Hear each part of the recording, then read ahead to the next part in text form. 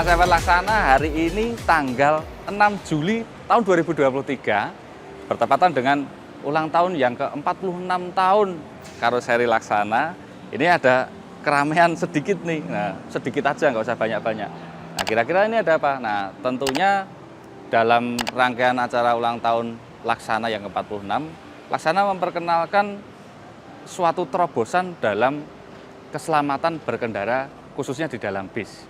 Nah, sahabat Laksana tentu sudah familiar sekali, bukan, kalau Laksana itu punya mungkin satu-satunya di Indonesia yang punya uji guling.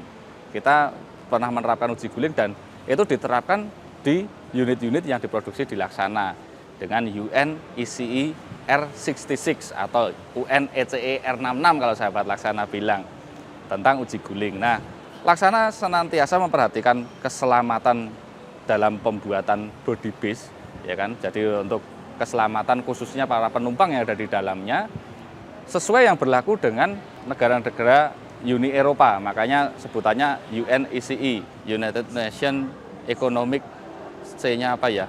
E-nya Europe istilahnya.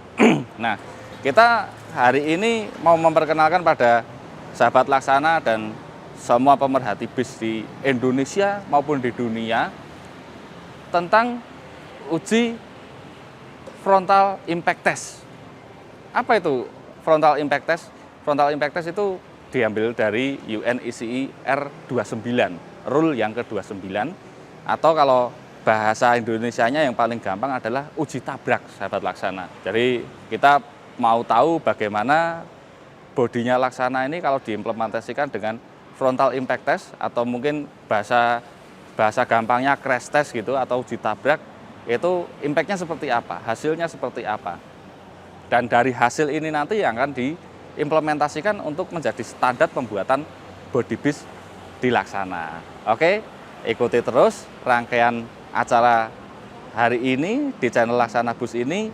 Jangan sampai di skip untuk mendapatkan informasi yang sangat berharga. Oke, laksanakan.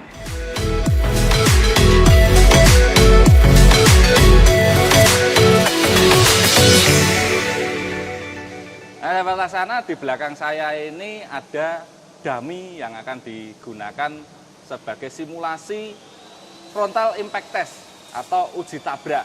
Nah, dan di sebelah saya ini saya bersama dengan Bapak Listiawan dari Departemen Engineering yang akan menjelaskan detailnya tentang uji frontal impact test. Benar ya, Pak ya? Ya, betul. Implementasi dari UNECE R29. Nah, Pak Listiawan, mungkin bisa dijelaskan frontal impact test sama crash test ini apakah suatu hal yang sama, Pak? Kalau frontal impact test itu kan sebenarnya mungkin adalah sesuatu hal yang sama ya, mungkin, tapi kelihatannya kok dari bahasanya kok beda ya. Saya juga kurang mengetahui itu. Cuma yang jelas, yang namanya frontal impact test itu digunakan untuk mengetahui seberapa kuatkah struktur pada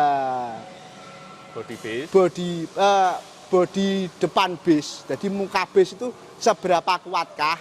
Cuma ya tidak kuat-kuat banget karena energi yang diterima di tubuh manusia itu tetap ada batasnya, tidak boleh lebih tinggi.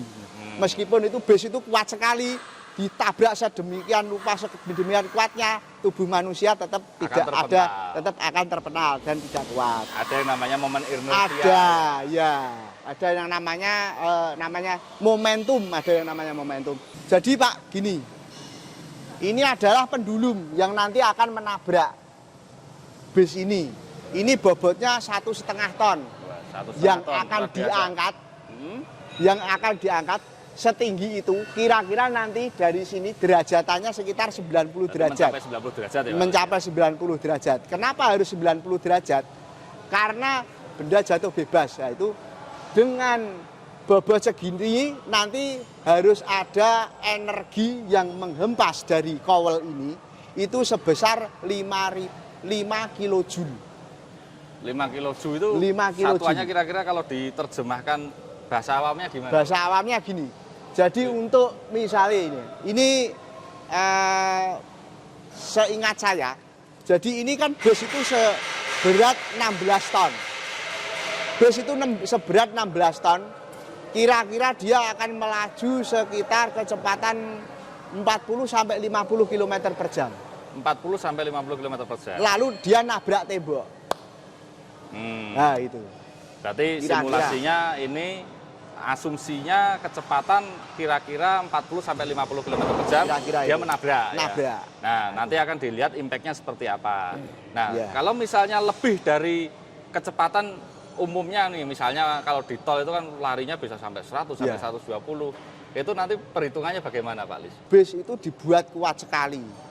Nanti orang yang di dalamnya itu juga Bisa terpental. bisa terpental juga. Lebih Misalnya jauh. seperti ini Jadi analoginya. bagian depan ini kan memang kalau di otomotif ada istilahnya seperti crumple zone ya Pak ya, Iya. yang menyerap energi tabrakan ya. Iya, atau namanya crash box. Ah, Nah itu crumple join bisa. Jadi analoginya seperti ini Pak. Helm. Helm itu kan alat untuk melindungi kepala. Ya. Pak. Dia terkena benturan. Helmnya tidak apa-apa, cuma benturannya itu terukur. ya. Tidak boleh melebihi itu. Misalnya helm itu dibentur dengan kecepatan 100 km per jam dengan benda seberat 10 kilo. Dibuat helm itu sedemikian kuatnya, tapi tetap aja Orangnya bisa orangnya gagal bisa otak, gagal otak meskipun helmnya safety. utuh. Ya. Nah, Intinya demikian kan juga hanya untuk kita bisa mengurangi resiko, resiko yang yang terjadi. Jadi bukan berarti kita laksana melakukan uji frontal ini, uji tabrak frontal ini, itu menjamin bahwa penumpang bakalan selamat. Ya nggak tentu juga karena kecepatan dan kondisinya di lapangan bisa berbeda. Bisa berbeda. Intinya kita meminimalisir resiko yang mungkin terjadi. Betul. Seperti dulu kita melakukan, ya sudah sahabat Laksana kenal itu kan paling terkenal Laksana itu punya uji guling. Nah, itu sudah ada buktinya juga yang beneran bisnya terguling. Seperti itu. Jadi impact-nya seperti apa? Ya, itu kita berdasarkan dari uji-uji yang kita lakukan saat ini. Nah, kemudian saya punya pertanyaan nih, Pak Lis. Mungkin sahabat Laksana banyak yang bertanya, ini mesti konstruksinya beda nih sama yang dibikin bis biasa. Mungkin kasih penguat lain atau dikasih baja atau dikasih rel. Kalau konstruksinya, kita ini kan baru melakukan penelitian, itu kan baru sekitar 3-4 bulan ini. Memang ada suatu perbedaan di konstruksi ini, cuma tidak signifikan. Jadi misalnya untuk lalu dikasih penguat yang semoh-moh ya enggak. Tetap ada penguatan. Semuanya itu maksudnya berlebihan. Berlebihan Maksudnya itu kasih rel kereta enggak. itu enggak. Enggak. Jadi material yang digunakan itu pun bukan material yang dipakai untuk pembuatan bis pada umumnya. Jadi kowel ini pun kita juga masih dari fiber ya Pak ya? Masih dari Dari fiber. fiber yang umumnya dipakai, kemudian rangka-rangkanya juga rangka-rangka galvanis.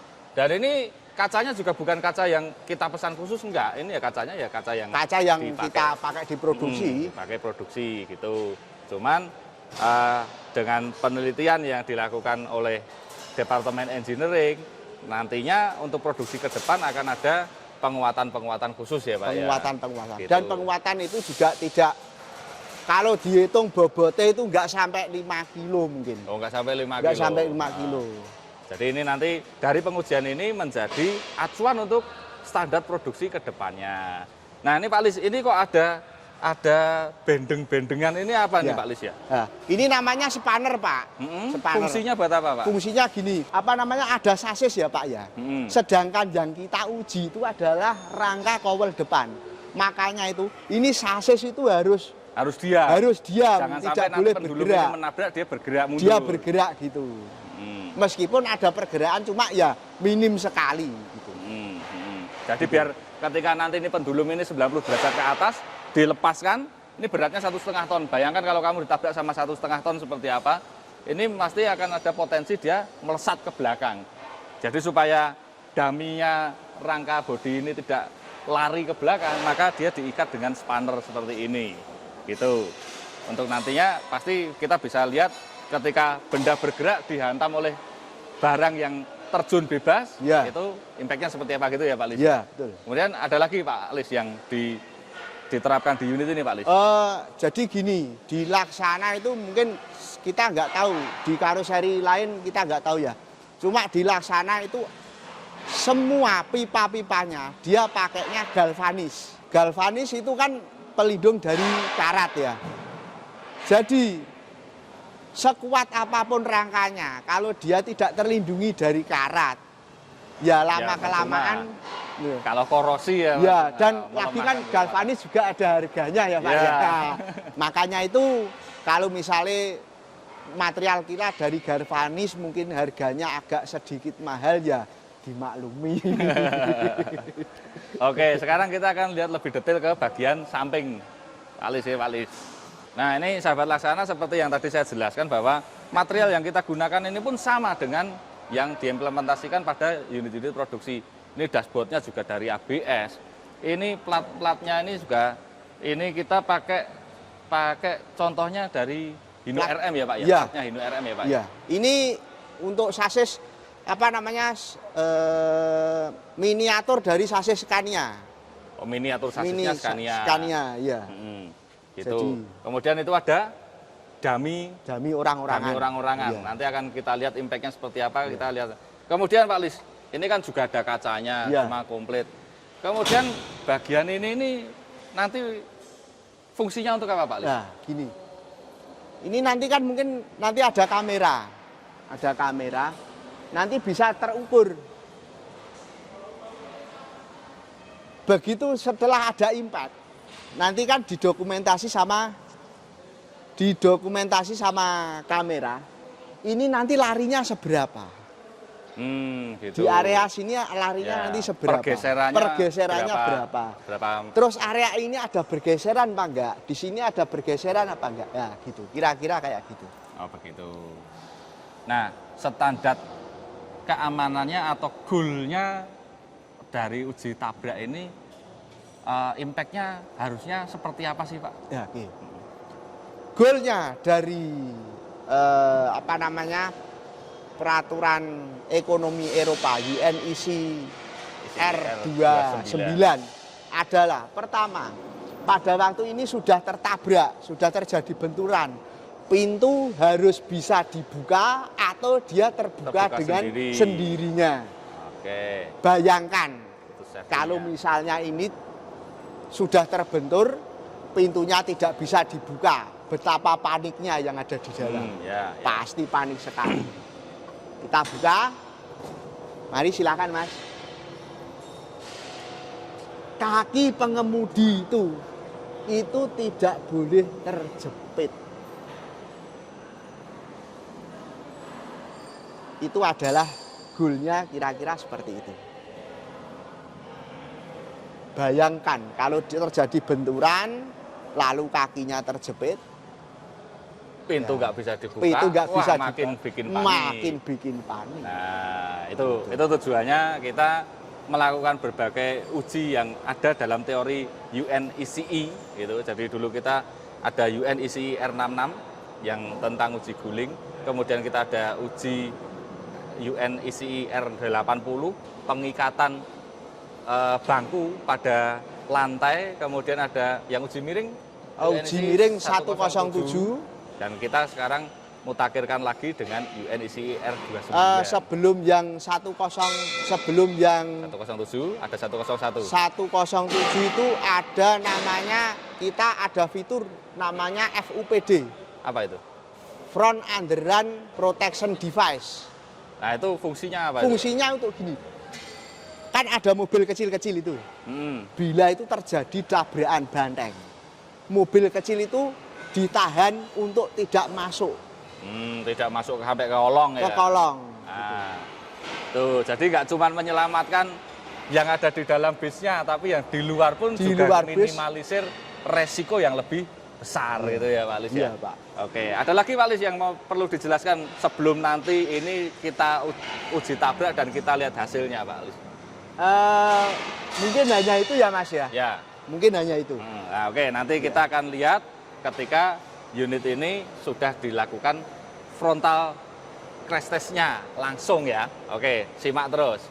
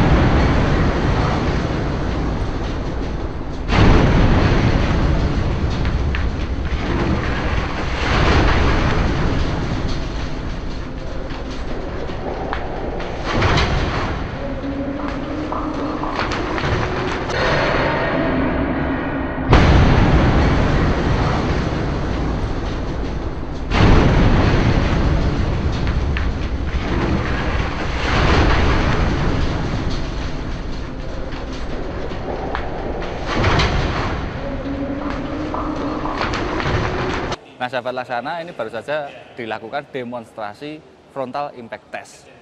Sahabat Laksana tadi bisa melihat ya dari kamera-kamera yang disetting bagaimana hantaman ini keras dan suaranya kencang sekali, sahabat Laksana. Dan ternyata, sahabat Laksana, kacanya pecah. Seperti yang tadi dijelaskan di awal, pintu tetap bisa dibuka. Tadi pintunya tertutup ketika pendulumnya jatuh menabrak pada unit demo ini, unit daminya ini, maka pintu ini masih tetap bisa dibuka meskipun kacanya pecah. Dan tadi suara benturannya keras sekali, cukup mengagetkan. Ya sama seperti halnya kalau ketika terjadi kecelakaan beneran. Ya, kita lihat lebih detail lagi. Nah, sahabat Laksana, seperti bisa dilihat itu supirnya kejatuhan kaca. Tapi sepertinya tidak ada pergerakan yang berarti, jadi semestinya tidak ada, harapannya kalau benar-benar terjadi itu tidak ada cedera yang serius. Kemudian ini karena kacanya memang tidak disilen, jadi memang kaca depan itu memang disetting ketika terjadi kecelakaan dia pun bisa ditendang dari dalam supaya menjadi salah satu akses evakuasi. Itu. Tapi dengan teori yang baru tadi di frontal impact test ini kan pintunya terbukti masih bisa terbuka, tapi mengantisipasi bila pintu tidak bisa terbuka atau ada halangan lain, ketika kaca pecah ini bisa didorong, bisa dilepas untuk akses keluar.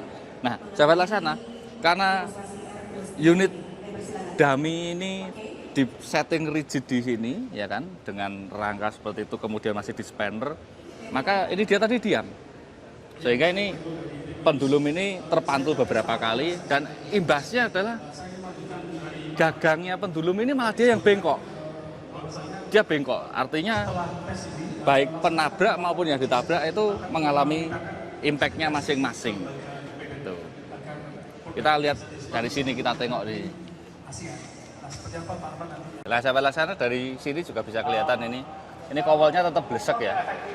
Frame-nya kaca ini juga melesak ke dalam. Tapi bagian ini relatif lebih aman. Dan bahkan ini pendulum ini masih ada di bawah area impact-nya. Ini juga pecah, pasti pecah. Material yang kita gunakan ini juga material yang diimplementasikan pada bis pada umumnya, yang untuk bahan-bahan produksi. Ini fibernya pun juga pecah. Tapi rangka dalam ini yang kita berikan penguatan. Gimana Om Tony tanggapannya tadi melihat? Wah, ternyata memang di atas langit masih ada langit, guys. Barbarku nggak seberapa. Sama-sama barbarnya, tapi kalah modal dan kalah teori yang jelas ya. Dan ini saya ngelihat gini, saya dengan ini semakin yakin dengan produk Laksana. Nah. Artinya ngetesnya nggak main-main. Kenapa? Kowalnya SR3, guys. Jadi biasanya kalau orang percobaan kan ngirit-ngirit pakai kowal turahan, ya. Tapi ini ternyata Laksana nggak main. Baru, kowalnya itu baru, kacanya pun kaca utuh, bukan kaca bekas. Betul. Ya. Mantap, Laksana, maju terus. Ya, saya laksanakan ya. Laksanakan. Thank you. Mantap.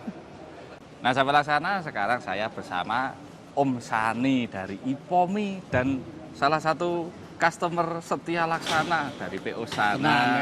Loh, ora toh? Ya setia toh. Setiap tikungan ada. Gimana Om Sani tadi kesan-kesannya dan pandangannya tentang simulasi yang baru saja dilakukan oleh Laksana ya tadi? Oke, makasih Lelang. Jadi memang apa yang dilakukan Laksana ini harus kita apresiasi. Kenapa? Ini salah satu ikhtiar Laksana untuk mempresentasikan, membuat sebuah sarana transportasi yang nyaman dan aman. Ini kan ikhtiarnya, ada crashbox dan segala macam bla bla bla, meminimalisir resiko. Jadi kalau kita ngomong ya semua itu bagaimana takdir yang maha kuasa, itu betul. Ya. Tapi kewajiban kita, ikhtiarnya bagaimana meminimalisir, mengantisipasi sapi. Ya. Jadi kalau kita lihat dari hasil yang setelah dilakukan uji frontal impact test, ini kita lihat ruang kemudi itu tidak bergeser, melenyok kalau bahasa Inggrisnya. Ya. Karena kalau yang sudah itu kan setir mundur. Saudara kita yang di balik kemudi itu kejepit, terus dashboardnya geser mundur dan segala semua. macam. Jadi kadang-kadang mau nutul ming rempal gue sing ra ya enggak rusak ning lebam gitu loh. Kebu mangan koro, Terus remuk jebero ra ketara. nah, ini kebunnya nggak makan koro lagi. Kebunnya wis mangan gedang. Kata, jadi dengan ECER 29. Yang mana? Oh, 80. 93 toh. 93 yang Bawah. FUPD. Oh, Ya, bola karpet. yang melindungi Yes. lawannya Yes. supaya tidak kalau mobil kecil tidak masuk ke kolong. Intinya Laksana melakukan inovasi untuk menghadirkan sebuah sarana transportasi yang nyaman, Terus? aman, Apa-apa yang lari. terbaik, yang berbasis lah. Heeh. Selamat Laksana, semoga ini menjadi satu barometer baik untuk semua car bodybuilder yang ada, dan masyarakat serta operator bisa lebih tepat memilih alat kerja dan alat transportasi yang baik dan benar. Oke. Terima kasih Om Sani. Laksanakan. Nah, sama Laksana, saya ketemu lagi sama YouTuber kondang yang juga customer setianya Laksana. Siap. Nah, Mas Wahid, tadi setelah melihat demonstrasi, simulasi, uji tabrak ini tadi, menurut Mas Wahid gimana pandangannya Mas Wahid? Oke, teman-teman, salah satu alasan kenapa dari awal kami memilih Laksana untuk produksi unit-unit baru kami adalah karena mereka concern di safety. Dijelaskan tadi bahwa ujian-ujian seperti ini itu sebenarnya diperuntukkan untuk kemudian, dan di Indonesia pun belum mensyaratkan atau belum mewajibkan ujian, dan mereka sudah melakukannya. Jadi itu menambah keyakinan kami sebagai operator, yang mana kami juga punya semboyan yang selaras dengan semboyannya Laksana. Kalau di kami kan 100% commitment for zero accident. Kalau di sini adalah pioneer of safety. Walaupun itu benar-benar selaras, kita cocok gitu loh, kita cocok. Jadi kami semakin yakin semoga apa yang Laksana lakukan membawa efek domino terhadap pabrik atau karoseri bus Yang di lain, Indonesia yang ya. lain, sehingga safety itu bukan hanya sekadar kata-kata, tetapi sudah dilakukan atau dicontohkan Laksana sebagai pioneer of safety. Ya, makasih Mas Wahid. Jadi harapannya juga pengusaha-pengusaha transportasi itu juga benar-benar memperdulikan safety pada kendaraan yang dimiliki, karena ini untuk bawa manusia. Betul. Dalam jumlah yang banyak. Gitu ya Mas Wahid ya. Dan rangkaian pengujian standar Eropa yang dilakukan Laksana dari 2018 itu tidak hanya fokus di penumpang yang ada di dalam, Betul. tapi juga fokus kepada lingkungan sekitar, Lingkungan kayak sekitar, mobil sekitar lawannya, dan lain-lain. ya, gitu. Oke, terima kasih Mas Sama-sama. Wahid.